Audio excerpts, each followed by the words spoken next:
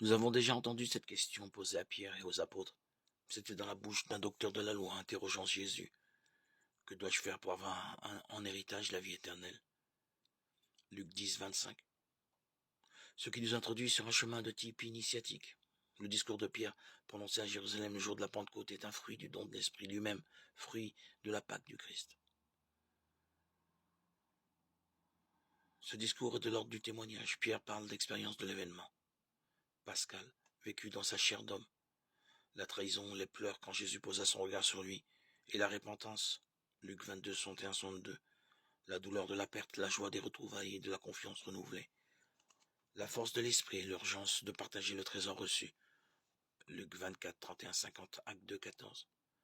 Peut-être est-ce pour cela que les auditeurs de son discours furent touchés au cœur, et qu'ils l'interrogèrent sur la réponse à apporter à ce qui relève d'une offre de pardon, eux qui avaient crucifié ce Jésus que Dieu avait fait Seigneur et Christ.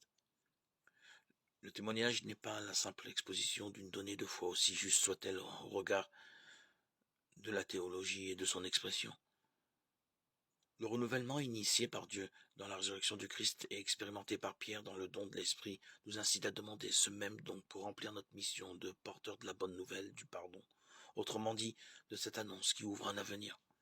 Pierre ne cherche pas à plaire en évitant le sujet qui fâche, il parle de ce vécu commun, de références scripturaires connues, Acte 2, 14, 41, pour entrer en relation avec ces interlocuteurs qui eux aussi sont manifestement travaillés par l'Esprit, lequel leur permet de comprendre les enjeux de ce témoignage.